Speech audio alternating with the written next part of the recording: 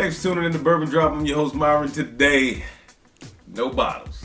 No bottle drop, no bottles. Look, my buddy Nick, we were talking. He said, hey, I want to give you some samples. I'm not going to tell you what the samples are. He said, I'm going to staple them together. He said, just pour them in a glass, tell me what you think, and then go from there. So what I'm going to do is, since he really didn't challenge me, he just wanted to know what I thought.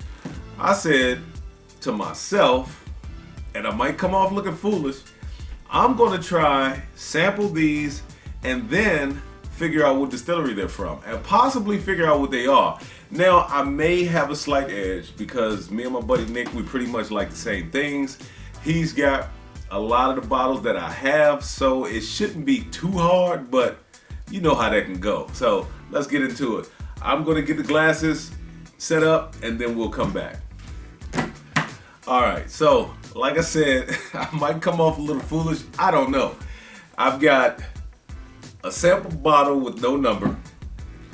That is this one right here, still stapled. Glass, no number. I've got a sample bottle with the number 2. That is this one right here. Glass number 2, still stapled together. And then I've got this which says Jack Daniels, and this was a sample that I gave him out of one of my bottles. I wrote PV, I believe I poured Pikesville Rye in here because he had never had Pikesville Rye. So that is this one right here. I don't know what they are. I'm just gonna nose them, go through all of them, taste them, go through all of them, figure out which distillery they come from if I can, try and figure out what they are, maybe try and figure out the proof. Like I said, he really didn't challenge me, he just wanted to get my thoughts on them, so I figured I'd make it a little more interesting. Let's go with glass number 1, no label.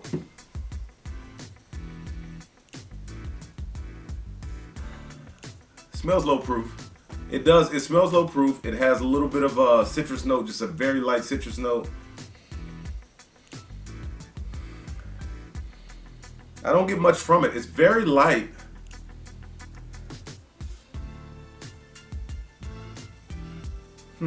There is a little sweetness. There's almost a little sweetness like a rye.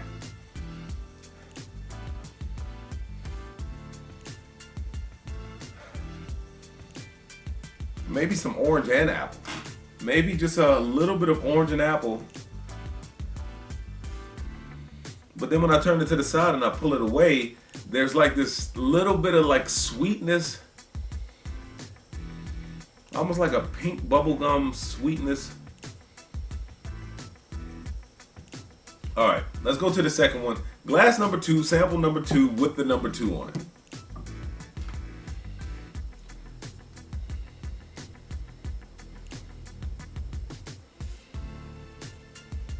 That one smells low proof too. That almost smells exactly the same.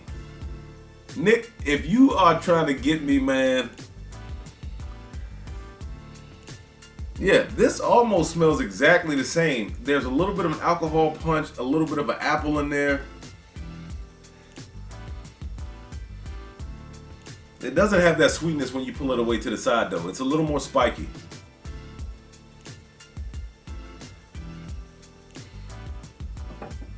That kind of smells low proof and smells like it could be young. Actually, well, I don't want to say young.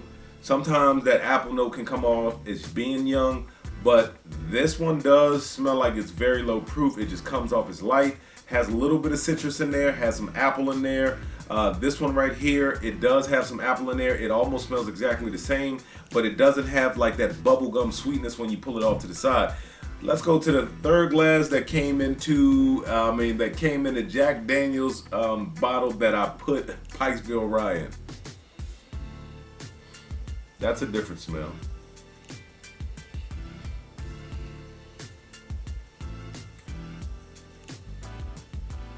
That's really different. That kind of reminds me of like an Irish whiskey. Almost like, yeah, like an Irish whiskey. I could be wrong. I could be totally wrong. I have no idea what the heck Nick put in these sample bottles. All right, since I've got this one up, let's go to the palette of number 3.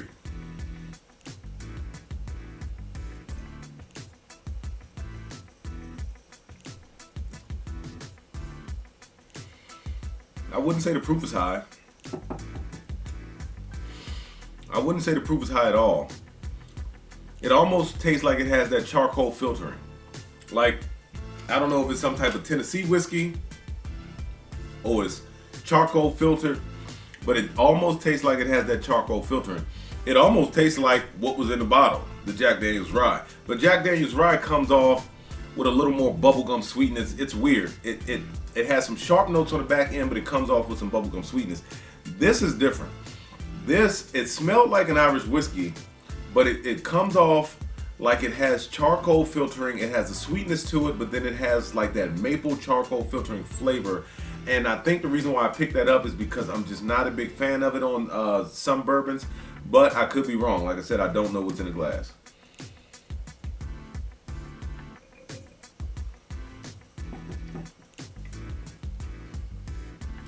Yeah, there was an orange and a wax note that stuck out when I nosed it for the last time. When I took it down, there was a little bit of licorice, almost like a charcoal filtering. It does not taste high proof. It doesn't really, none of these really taste high, well, none of these hit high proof nose wise. This one doesn't taste high proof. Let me go to sample number 2. Go back to it.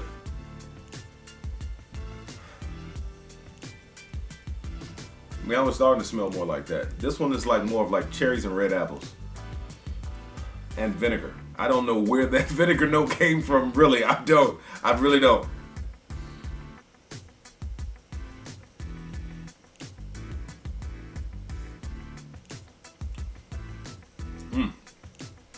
That might be a rye. That one might be a rye. It's got that grassy note. It's got this flavor like Bullet Rye. I used to be a big fan of Bullet Rye. Now if I drink Bullet Rye, it has this really deep, earthy, grassy note, and I'm kind of picking that up in here. It's kind of hay. It's got like this hay note in it. It's not super grassy, but it's kind of got this hay note in it, and then it's got this sweetness, like this creamy sweetness. I don't know how else to describe it. Go to it one more time, see if I can pick anything else up.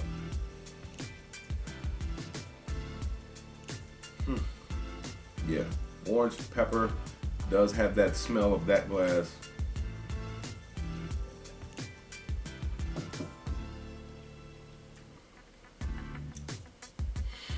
I think that's a rye. I think the one in the middle is a rye. The one on the end here may be an Irish whiskey. I'm not sure. Let me go to glass number 1. See if I can pull out some tasting notes. See what I get. I'm still trying to, if you notice the look on my face, I'm still trying to break this one down. The finish is hanging around a little long, and it is not high proof. It can't be high proof. Come back to this one, a little bit more vanilla. There is some sweetness there.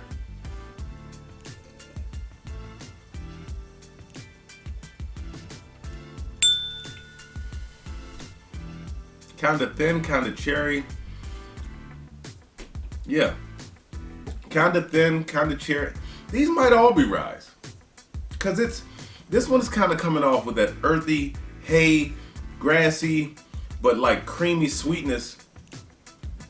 If this is not an Irish whiskey, this might be a rye. I believe the one in the middle is a rye for sure. This one right here, I'm a little on the fence about. It just, yeah, I tell you what, I am tired of trying to break these down in my mind. I've got the answers right here. I want to know what they are. I'm pretty sure you guys want to know what they are. So let's get into it. All right, glass number 1. Glass, no number, glass number 1. Sample number 1 is, oh, goddamn, Nick.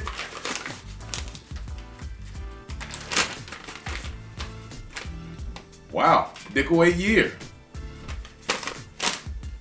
Dickel 8 year, and I just picked that up in my South Carolina bourbon haul.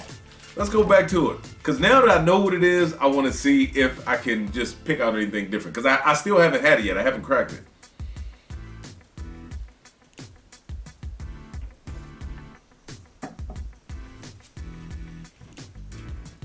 Yeah, low proof, thin, comes across more like a rye to me.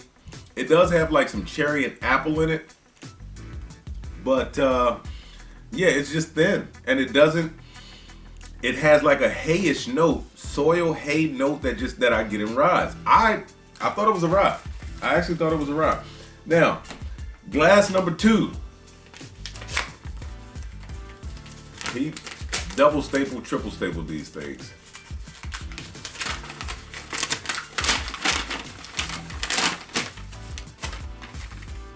Wild Turkey Kentucky Spirit. Wild Turkey Kentucky Spirit. Just picked that up at an ABC store drop. I just knew for sure that was a rye. Let me go back to it. I'm going to have to do a video called Standout Standalones, because when you put them side by side, they can alter the taste of each other. But when you have ones that are great by themselves, that's what they are, just great by themselves.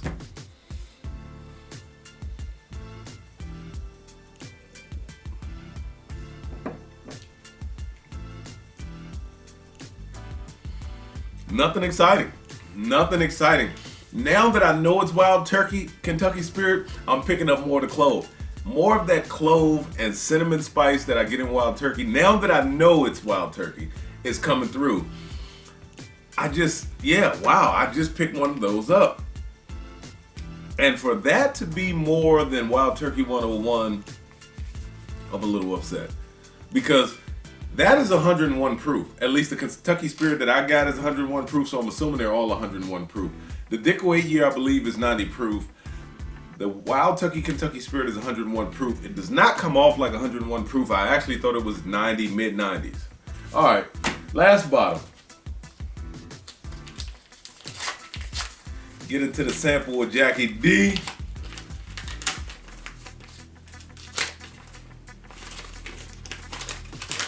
This is Wilderness Trail Single Barrel Bottled in Bond.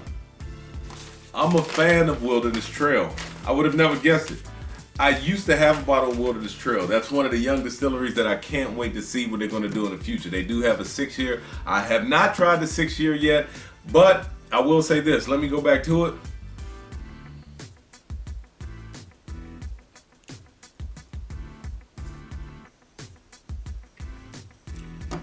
Not bad. Not bad. I thought by the nose of it, I thought it was more of an Irish whiskey. And then getting down into the glass, I thought it was kind of a rye because it is a little drying and I do get some of those chocolate notes. But it's not bad. If I saw this in the store, I would pick this up. The Wild Turkey Kentucky Spirit, or Wild Turkey Kentucky Spirit, I already have it. The Dicko 8 Year, I already have it. Now I'm not as excited to crack these open. I mean, I hope I don't hurt feelings of people who love these two bourbons. The Dicko 8 Year just came off then, and it came off like a rye. The Wild Turkey Kentucky Spirit came off like a rye, came off then. I would pour a glass of Wild Turkey 101 over this all day long. The Wilderness Trail was the only one that kind of in the back of my mind, I was thinking, okay, that one's not bad, but it still comes off like a rye. If I saw it in the store at a decent price, I would definitely get it. With that being said, let the liquor flow. With that being said, let the whiskey flow and never run out unless you're headed to a drop. Till next time.